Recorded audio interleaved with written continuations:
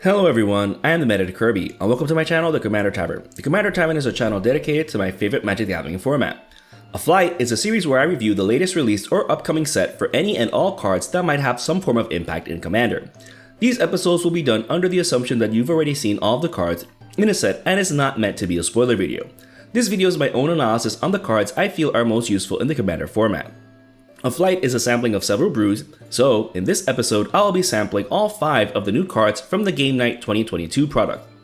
If you like any of the cards I'll be mentioning throughout the video, please consider using my TCG Player affiliate link when purchasing those cards. You can find that link down in the description, it'll really help out the channel. The best way you can help support the channel is with my Patreon. For just $1, patrons get early access to certain videos on YouTube. In fact, patrons got a chance to see this video earlier. You can also support my channel for free by simply liking, subscribing, and sharing, which also helps out a lot. I put out a video every Monday, so you don't want to miss out. You can join my Discord server for free if you want to join the Commander Tavern community. All pertinent links are down in the description. Alright, let's get back to the episode. This third installment of the Game Night product once more brings about 5 new Eternal Legal cards, one for each mono color. However, unlike the previous 2 iterations, these 5 are legendary creatures. Gee, I wonder if the popularity of Commander has anything to do with that. In any case, these 5 potential commanders seem pretty fun. So I'll take the opportunity of reviving this almost defunct video series to talk about some of my ideas for them. Let's start off with the first one in color order, Zamriel Seraph of Steel. While mono-white commanders that care about equipment is certainly nothing new, the fact that Zamriel is a 3/4 flyer for just 4 mana is already an amazing thing for a legendary angel. Having built-in evasion means that you can build this deck in multiple ways, one of which is Voltron. You can attack with total abandon since any good equipment will give Zamriel indestructible, saving you slots by excluding the need for equipment like Darksteel Plate, Shield of Kaldra, etc. Granted, your creatures will only be indestructible during your turn, but you can still use that to your advantage. Imagine having your key creatures equipped by cheap equipment and then casting Wrath of God before swinging in for the Alpha Strike. Better yet, how about wiping the board each turn thanks to Magetta the Lion?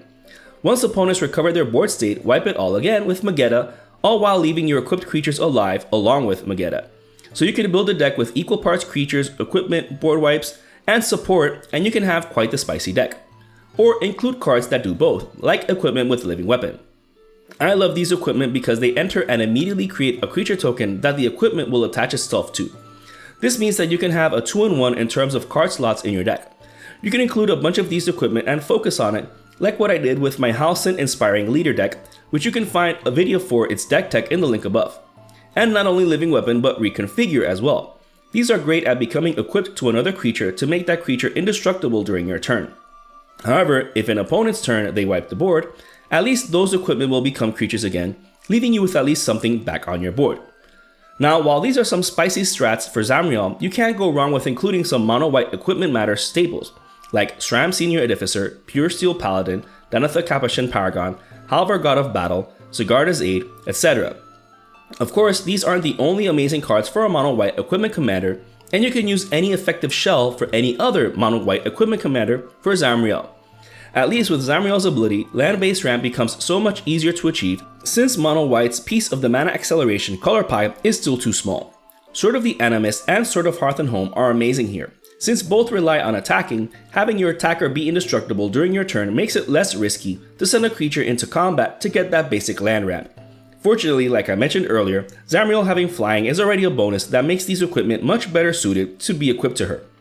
You'd also have to include other mana acceleration and card advantage staples for mono white, but those tend to be overpriced for whatever reason, but are unfortunately necessary for mono white decks. Fortunately, since most equipment is colorless, you can include cost reduction cards like Cloud Key, Foundry Inspector, Starnheim Courser, Joyous Familiar, and Stone Calendar, just to name a few. These help your equipment cost as close to 0 as possible, if not 0 completely. And when you don't have to spend mana to cast spells, you can potentially catch up to those pesky green decks. Again, there are plenty of land-based ramp effects in mono white now, especially to beef up a deck like this one. Some are situational, but beggars can't be choosers. To summarize, I'd build Zamriel with living weapons, effects that reduce the cost of artifact spells, equipment synergy effects, plenty of board wipes, and all of the best mono-white mana acceleration and card advantage staples. Let's move on to the blue legend, Meve Insidious Singer. A 3/4 for 4 mana isn't bad stats, especially considering that she has an ability that can function as both card advantage and interaction. For 2 generic and 1 blue you can go to creature. Then when that creature attacks one of your opponents, you draw a card. Notice that with the way it's worded, you can go to your own creature if it happens that no one else has any other creatures. That way you can still draw a card off of her ability. However, I can do better than that.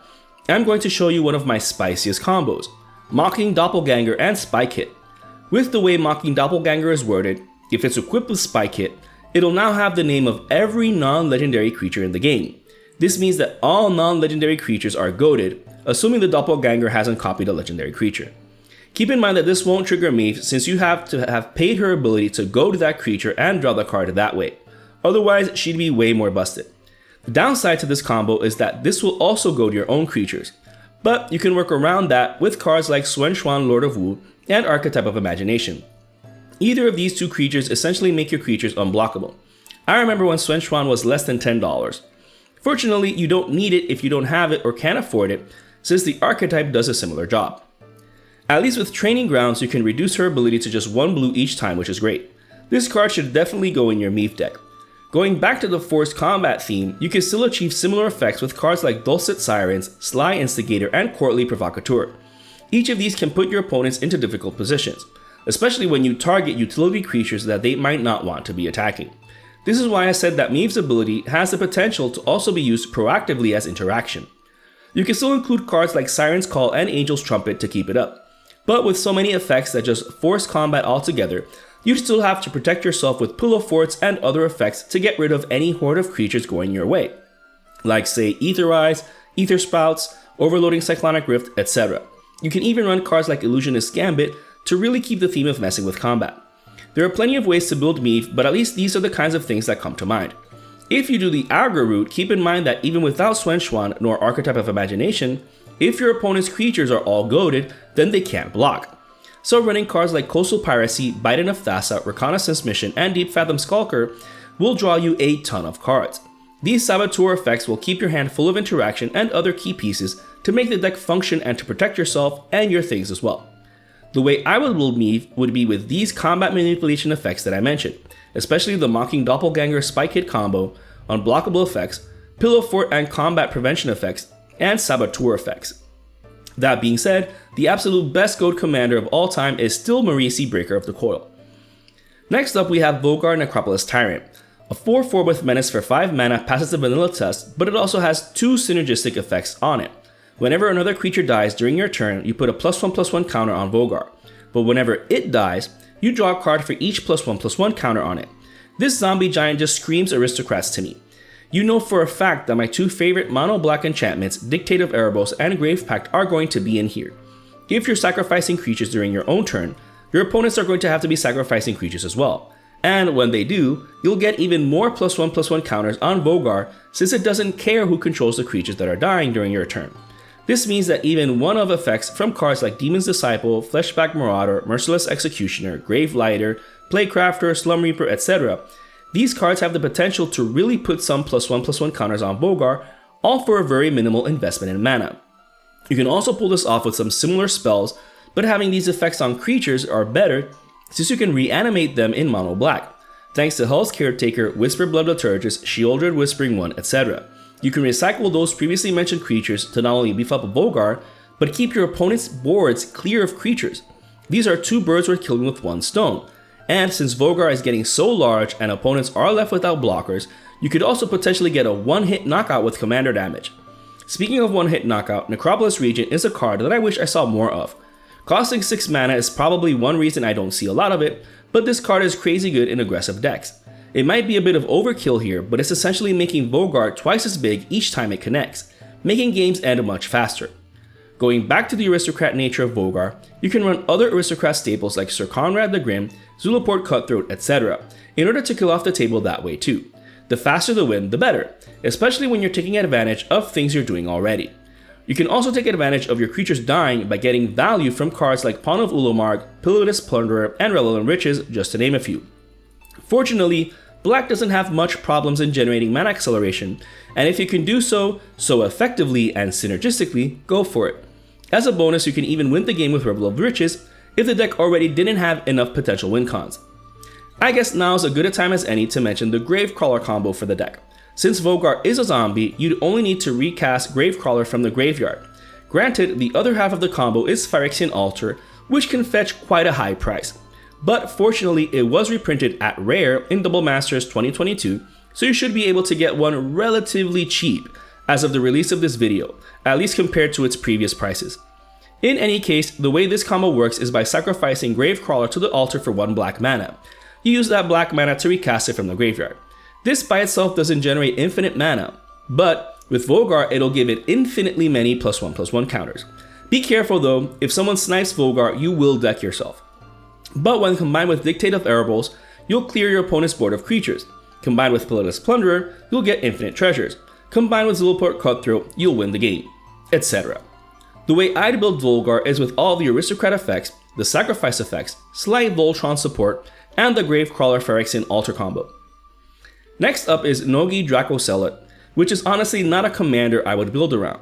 There are already so many better options when it comes to commanders that can reduce the cost of your dragon spells.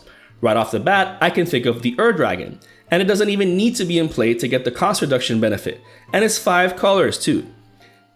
Granted, the Dragon is a $30 card, but if history is anything to go by, these 5 new cards from Game Night 2022 are going to be expensive anyways, just like the first 5 and the second 5. Just look at the secondary market value of Fiendish Duo, and it's not even a legendary creature. I would honestly just run Nogi in the 99 of a Dragon Tribal deck. It would be great in decks like the Dragon, but in also Miriam Sentinel Worm, Kolaghan the Storm's Fury, Thrakus the Butcher, Atarka Roadrunner, Tiamat, etc.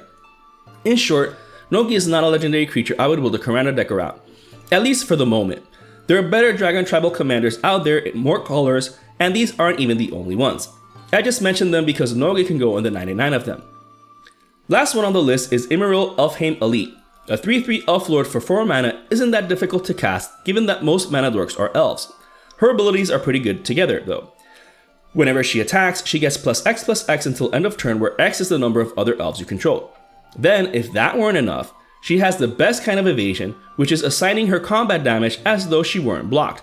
That makes her very dangerous. Naturally, you can use shells for similar commanders that can go at the helm of elf tribal decks. However, one way I would go about it is really maximizing my elf output via tokens.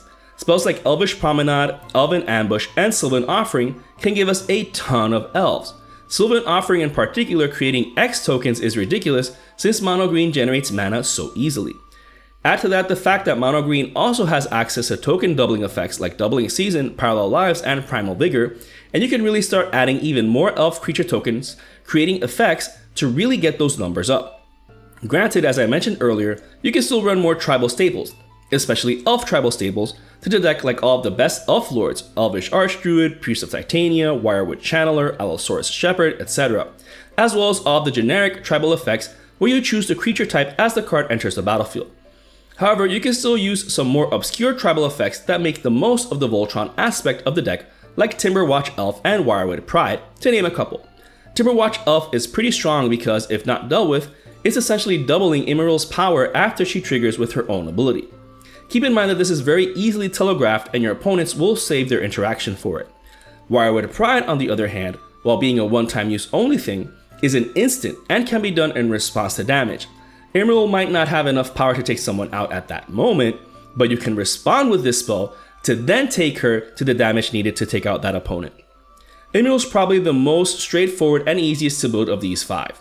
So if I were to build her, I'd do so with all of the elf tribal staples, all of the generic tribal staples, as much elf token production and token support as I can put in it, some protective effects like Lightning Greaves, etc. to protect the Voltron win, and plenty of synergistic card advantage spells like Collective Unconscious, Shamanic Revelation, etc. I've already brewed 3 other elf tribal decks, which you can check out in the links I've been leaving above throughout this section discussing Imril. Thus concludes this flight of cards from Game Night 2022. I hope this episode has been informative for you, even though these are clearly my own opinions and views on the cards herein discussed. If you have any opinions or thoughts of your own on these cards, or if I overlooked any other hidden gems for these particular commanders, let me know in the comments. I want to take this opportunity to thank my patrons by giving a shout out to all my higher tier patrons, the Brewers, for their patronage. I also want to thank anyone using my TCG Player affiliate link, that also helps out the channel. And to everyone, thanks for watching this episode of A Flight on the Commander Tavern. I am Untitled Kirby, and happy theory crafting.